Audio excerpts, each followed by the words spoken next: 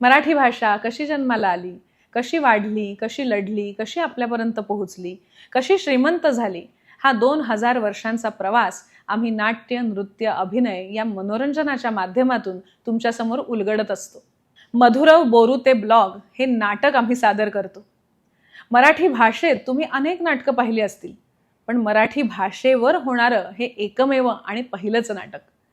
बाण रोखिता हरिण युगते दुजास रक्षायाते.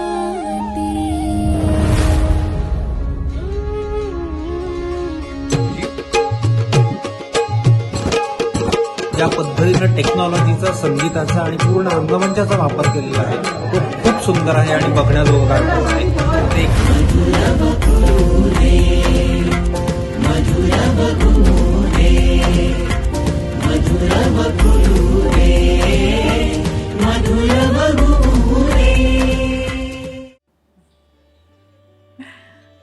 नमस्कार.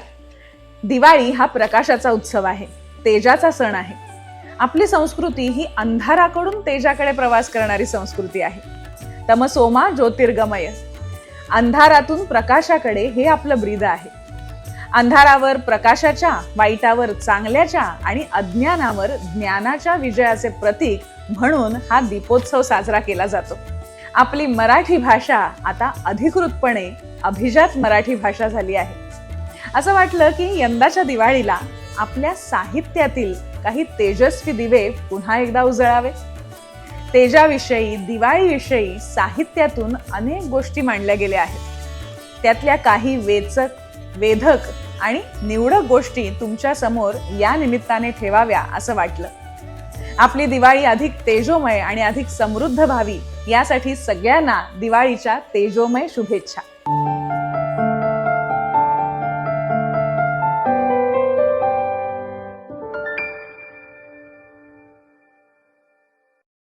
दिवाळी म्हणजे दिव्यांचा सण. मग या दिव्यापासूनच सुरुवात करूया. दिवा उजळायचा तर वात हवी. मराठी भाषेची गंमत बघा. वात म्हणजे वारा, वायू आणि वात म्हणजे दिव्यातली वात सुद्धा. ज्ञानेश्वर माऊली म्हणतात, रश्मी वाती विण न देखती. वातीशिवाय प्रकाश पाहता येणार नाही. हीच वात झंझावाताशी, वाऱ्याशी संघर्ष करत असते. तो वात म्हणजे वायू आणि ती वात म्हणजे प्रकाश देणारी वात. वाताशी लढे वात. आहे की नाही गंमत? आता घरी फुलवाती बनवणं किती कमी झालंय ना, पण अजूनही कितीतरी घरात कापसापासून हाताने नाजूक फुलवाती बनवल्या जातात. या फुलवातींविषयी सरोजिनी बाबर यांचा एक सुंदर लेख आहे. तो वाचताना मला ना एक वेगळीच गंमत कळली. म्हणजे फुलवाती बनवताना त्यांना अष्टगंध लावायचं, म्हणजे त्या वाती सुवासिक होतात. तुम्ही कोणी असं करता का? अलीकडे अरोमा लॅम्प्स घरोघरी लागतात, पण ही साधी आणि सोपी युक्ती मला खूप आवडली. मी तर यावेळेला करून बघणार आहे. तर त्या लेखात दिव्याकडे पाहताना आपल्या मनात काय विचार येतात याविषयी सरोजिनी बाबर लिहितात. फुलवातींनी सजलेल्या देवाच्या दारीच्या दीपमाळा, दिवाळीमधल्या अंगणातल्या पणत्या, पंचारतीची निरांजन, देवापुढच्या समया आणि अखंड तेवणारा नंदादीप. अवतीभोवती दिव्यांचे किती प्रकार. असं वाटतं आपलं आयुष्यही या दिव्यांसारखं असावं. आयुष्याच्या दिव्यात तेल तूप असावं, सुंदर सुंदर कल्पनांचं आणि सद्विचारांचं. त्या जळत्या वातीगत आपला देह झिजवून दुसऱ्याला समाधान देत आयुष्य जगावं. दिव्याचा प्रकाश कसा मंद आणि स्थिर असतो, तसंच आपणही असावं. दिव्याच्या ज्योतीप्रमाणे आपण कोणाच्या नजरेला खुपू नये की अवाजवी गाजावाजा करीत आपल्या अस्तित्वासाठी धडपडू नये. अष्टगंधाच्या सुवासाप्रमाणे आपलं मन प्रसन्न राहावं आणि अंगात ताकद आहे तोवर त्या फुलवातीप्रमाणे आपल्या ठाईच्या कर्तृत्वाला उजाळा येत राहावा. अशा दिव्यापुढे आपोआप हात जोडले जातात आणि ओठातून शब्द बाहेर पडतात. शुभं करोति कल्याणम आरोग्यम धनसंपदा शत्रुबुद्धी विनाशाय दीपज्योती नमोस्तुते. महाराष्ट्राच्या आया बहिणींनी गायलेल्या ओव्यांमधूनही दिवाळी किती खुलून दिसते पहा. दसऱ्यापासून दिवाळी ग इस रोज, नेनंती ग बाई माझी वाट पाहता निज. दिवाळी दसऱ्यापासून बरोबर 20 दिवसांनी येते. आपल्या परंपरेचे भान बायकांमध्ये कसे रुजले होते बघा. म्हणजे यंदाच्या दसऱ्याची तारीख आणि लक्ष्मीपूजन हे दिवस मोजून पहा.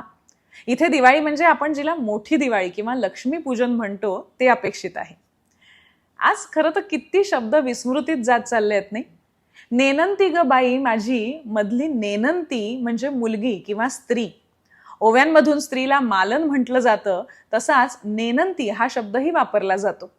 असाच आणखी एक आता फारसा प्रचारात नसलेला शब्द म्हणजे मुराळी. याचा वाघ्या मुरळीशी काही संबंध नाही बरं का. मुराळी म्हणजे सासरी नांदणाऱ्या मुलीला माहेरी घेऊन जायला आलेली व्यक्ती. आता हा बहुधा भाऊच असायचा, म्हणून मुराळी म्हणजे भाऊ. आज आपल्याला पाडव्याला बायकोने नवऱ्याला ओवाळणं हे माहिती आहे आणि भाऊबीजेला बहिणीने भावाला. पण मुली दिवाळीच्या अमावस्येला वडिलांना सुद्धा ओवाळतात. ही प्रथा ठाऊक आहे का तुम्हाला? त्याविषयी ओवीमध्ये सांगितलं आहे, दिवाळीच्या दिवशी ओवाळते बापाला, सई नेनंती ग माझी मोती मागते कापाला. दिवाळीच्या दिवशी तबकी ग 5 केळ, मायबाई माझे ओवाळीती तुझं बाळ. आई बाबांच्या बरोबरीनं आपल्या मनातलं ओळखतो, माया करतो, काळजी करतो तो भाऊ. भाऊबीजेच्या निमित्तानं बहीण भावाची अशीच एक जोडी आपल्या समोर येते, यम आणि यमी किंवा यम आणि यमुनेची. खरं तर दिवाळीची ही गंमत म्हटली पाहिजे की या उत्सवात यमदेवतेला महत्वाचं स्थान मिळालेलं आहे. धनत्रयोदशीला आपण यमदीपदान करतो. वर्षातला हा एकच दिवस असेल जेव्हा यमाच्या दक्षिण दिशेकडे आपण दिव्याची वाट ठेवतो. घरावर अपमृत्यूचे संकट येऊ नये म्हणून हे दीपदान केलं जातं. आणि भाऊबीजेला तर आपण यमद्वितीयाच म्हणतो. यम ही मृत्यूची देवता. देवता म्हटली तरी तिचे दर्शन कुणालाही नको आहे, बरोबर ना? म्हणूनच यमराजाचे मंदिर आपल्याला सहसा आढळत नाही. भारतात फार मोजक्या ठिकाणी यमदेवतेची मंदिरे आहेत, पण तिथे दर्शनाला जायला लोक आजही घाबरतात. पण एक मंदिर मात्र याला अपवाद म्हटलं पाहिजे, आणि ते म्हणजे मथुरेत यमुना नदीच्या काठावर असणारं यमुना यमराज मंदिर. या मंदिरात भाऊबीजेच्या दिवशी तर दर्शनासाठी भाविकांची प्रचंड गर्दी असते. अनेक भाऊ बहीण इथे दर्शनासाठी एकत्र येतात. असं हे एकमेव म्हणावं असं भावा बहिणीचं म्हणजे यम आणि यमुनेचं मंदिर. आता इथे यमाबरोबर यमुना नदी कुठून आली? तर यम हा विवस्वानाचा पुत्र आणि सरण्यू ही त्याची आई व यमी ही त्याची जुळी बहीण आहे. यमाची जुळी बहीण यमी म्हणजेच यमुना नदी. ही यम यमी बहीण भावांची जोडी खूप प्राचीन आहे. थेट अगदी ऋग्वेदात यम यमी यांचा संवाद असलेलं सूक्त आहे. यमीची यमुना होण्याचा प्रवास फार मोठा आहे. यमुना नदी खरं तर आपल्याला भेटते ती कृष्ण कथेत. तिच्या काठावर कृष्ण आणि गोपींचा रास रंगतो, तिथे तिचा उल्लेख कालिंदी असाही होतो.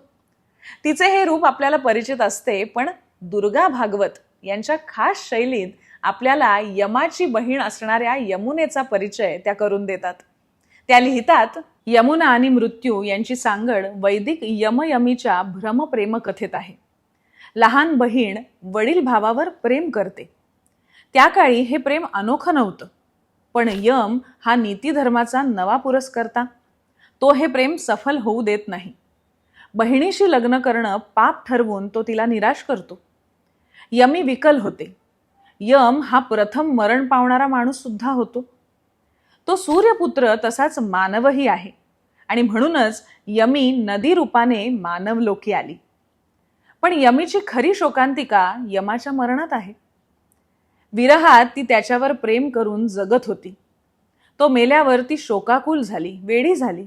तिला दुःखाचा विसर पडावा म्हणून देवांनी रात्र केली. यमी झोपली, दुःख विसरली. काळ्या यमुनेला काळ्या रात्रीचा आसरा प्रथम इथेच मिळाला. ही काळी कालिंदी शोकाने विकल झाल्यानंतर काळ्या रात्रीमुळे स्थिरावली.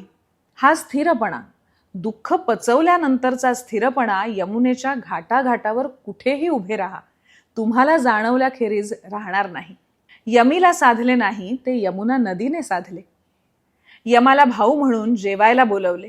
या दिवशी बहिणीच्या हातचे जेवणाऱ्याला अपमृत्यूचे भय असू नये त्याला उदंड आयुष्य दे असे वरदान तिने मागितले.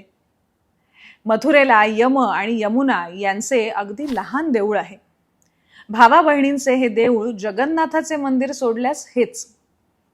इथे यम यमुनेच्या डाव्या बाजूला आहे. नवरा असता तर तो उजवीकडे असता. अशी ही यम आणि यमुनेची जगावेगळी कहाणी. या बहिणीला भावाच्या मृत्यूने झालेलं दुःख कमी व्हावं म्हणून रात्र निर्माण झाली. आपल्या वाट्याला जे आलं ते दुःख दुसऱ्या कुठल्या बहिणीच्या वाट्याला येऊ नये म्हणून तिने भाऊबीजेचा वर मागून घेतला. आपल्यापर्यंत पोहोचलेले हे सण, उत्सव आणि त्यांच्या या कथा किती शतकांचा प्रवास करून आपल्यापर्यंत पोहोचले आहेत. कधी त्यांचे अर्थ आपल्याला कळतात, कधी नाही कळत. पण मथुरेला गेलात तर भावा बहिणींचं हे मंदिर नक्की बघा. ही दीपावली तुम्हाला सगळ्यांना उत्तम आरोग्याची, सुखसमृद्धीची, भरभराटीची आणि अर्थातच उत्तम ज्ञानाची जाव. आणि या दीपावलीच्या निमित्ताने तुम्ही आम्हाला जी भेट दिली आहे त्याबद्दल तुमचे मनपूर्वक आभार. तुम्ही आम्हाला काय दिलेत? अहो, आता इनक्रेडिबल मराठीचं हे कुटुंब 20,000 मंडळींचं झालंय. म्हणजेच मधुरा वेलणकर साटम या माझ्या वाहिनीचे आता 20,000हून अधिक सभासद म्हणजे सबस्क्रायबर झाले आहेत. मराठीची माहिती आणि महती जगातल्या प्रत्येक मराठी माणसापर्यंत पोहोचावी म्हणून आम्ही हा उपक्रम सुरू केला. आणि इतक्या कमी काळामध्ये तुमची ही मिळालेली मोलाची साथ आमच्यासाठी खरंच महत्त्वपूर्ण आहे. आणि त्यामुळे तुमचे खरंच मनापासून आभार. आपल्या मातृभाषेचा प्रचार आणि प्रसार करण्यासाठी आम्ही अजून एक उपक्रम करतो. मधुरव बोरुते ब्लॉग हे नाटक आम्ही सादर करतो. मराठी भाषेत तुम्ही अनेक नाटकं पाहिली असतील, पण मराठी भाषेवर होणारं हे एकमेव आणि पहिलंच नाटक. मराठी भाषा कशी जन्माला आली, कशी वाढली, कशी लढली, कशी आपल्यापर्यंत पोहोचली, कशी श्रीमंत झाली, हा 2000 वर्षांचा प्रवास आम्ही नाट्य, नृत्य, अभिनय या मनोरंजनाच्या माध्यमातून तुमच्यासमोर उलगडत असतो. मुंबई, महाराष्ट्र आणि अगदी महाराष्ट्राच्या बाहेरही ह्याचे प्रयोग झाले आणि उदंड प्रतिसादही मिळाला. राजभवन, गेटवे ऑफ इंडिया या ऐतिहासिक वास्तूमध्ये घडलेला मराठीचा हा एकमेव प्रयोग. हा प्रयोग जर तुमच्या शहरात, तुमच्या गावात, तुमच्या देशात तुम्हाला हवा असेल, ठेवायचा असेल तर तुमच्या प्रतिक्रियेमधून आम्हाला कळवा आणि आमच्यापर्यंत पोहोचा. 30 ऑक्टोबरला रात्री 8 वाजता दीनानाथ मंगेशकर नाट्यगृह विलेपार्ले पूर्व इथे याचा प्रयोग सादर होणार आहे. जी मंडळी जवळपास राहतात, ज्यांचे स्नेही मित्रमंडळी आप्तेष्ट जवळपास राहतात, त्यांना नक्की या कार्यक्रमाला, आमच्या नाटकाला पाठवा. दिवाळीची एक छान भेट द्या. याची तिकीटं कुठे मिळतील याची माहिती आणि याची लिंक आम्ही खाली जोडलेली आहे, म्हणजे संकेत दुवे. मराठीला अभिजात भाषेचा दर्जा का मिळाला याचं उत्तर जर तुम्हाला हवं असेल तर हा प्रयोग बघायलाच हवा. दिवाळीच्या निमित्ताने आपल्या मराठीमध्ये जे लखलखते तारे आहेत त्यांच्याविषयी जाणून घेण्यासाठी नक्की या आणि श्रीमंत व्हा. पुन्हा भेटूया पुढच्या भागामध्ये एका नव्या गोष्टीसह. पण त्यापूर्वी या आमच्या कार्यक्रमाची एक छोटीशी झलक तुमच्यासाठी.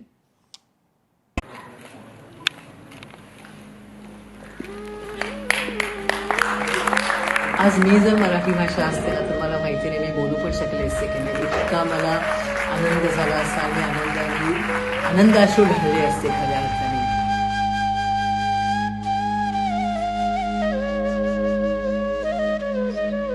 व्हिज्युअली सुंदर आहे, ऑडिओ त्याचा फार सुंदर आहे आणि it's an audio visual treat plus emotions, कारण आपली भाषा आहे.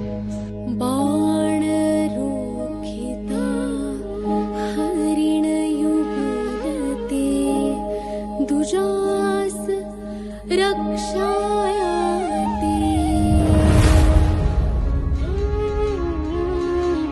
ही मला मुळात एक फॅन्टसी वाटते. म्हणजे सगळं असं काही होईल असं मला कधी वाटलेलंच नाही.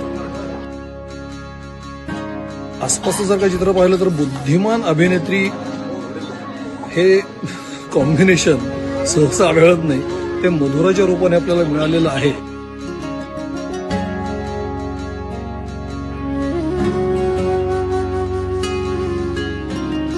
खूपच सुंदर अनुभव आला मला आज. असं आलं तर फार मोठ्या पटामध्ये मुकलो असं वाटतं मला. केवळ करमणूक म्हणून नव्हे तर आपली किंवा समाज कार्य किंवा एका चांगल्या कार्यक्रमाला सपोर्ट म्हणून नव्हे तर तुमची ओळख काय, तुमचा डीएनए काय, आपला डीएनए काय, आपण कोण आहोत, ही स्वतःची ओळख करून घेण्यासाठी हा कार्यक्रम होणं गरजेचं आहे. ज्या पद्धतीनं टेक्नॉलॉजीचा, संगीताचा आणि पूर्ण रंगमंचाचा वापर केलेला आहे तो खूप सुंदर आहे आणि बघण्याजोगा कार्यक्रम आहे. देखणा, श्रवणीय आणि प्रेक्षणीय असा कार्यक्रम आहे. आणि त्यामुळे वेगळा असून सुद्धा तो प्रयोग खूप भिडणारा ठरतो, अन्यथा तो प्रायोगिक नाटकासारखा वाटला असता.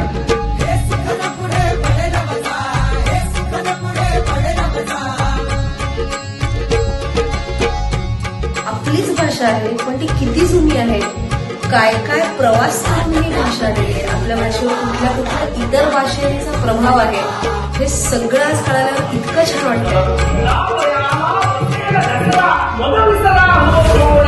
आपल्या आईची ओळखच आपल्याला नाही हे जितकं दुर्दैवी आहे, तितकी आपल्या भाषेची ओळख आपल्याला नाही हे दुर्दैवी आहे. तर त्यामुळे त्या दृष्टीने हा कार्यक्रम फार महत्वाचा आहे. सगळ्यात कोणी बघणं आवश्यक आहे, तर आज शाळेतल्या मुलांपासूनही सुरुवात होणं फार आवश्यक आहे असं मला वाटतं. त्यामुळे मराठी समाजाला तू मराठी आहेस आणि तो कसा आहेस आणि तो का आहेस हे सांगणारं एक फार वेगळं नाटक आहे किंवा एक वेगळा रंगभूमीवरचा आविष्कार आहे. मराठी जिवंत राहावी, मराठी माणूस जिवंत राहावा, मराठी भाषा जिवंत राहावी आणि हा महाराष्ट्र अख्ख्या जगावर राज्य करावा अशी आमची भाषा आहे. आणि ती जिवंत ठेवण्याचं काम मधुराव आणि तिचं सगळी जी टीम करते आहे. मराठी असलेल्या माणसाचं हा धर्म आहे, हे कर्तव्य आहे की मधुर आपण बघायलाच पाहिजे.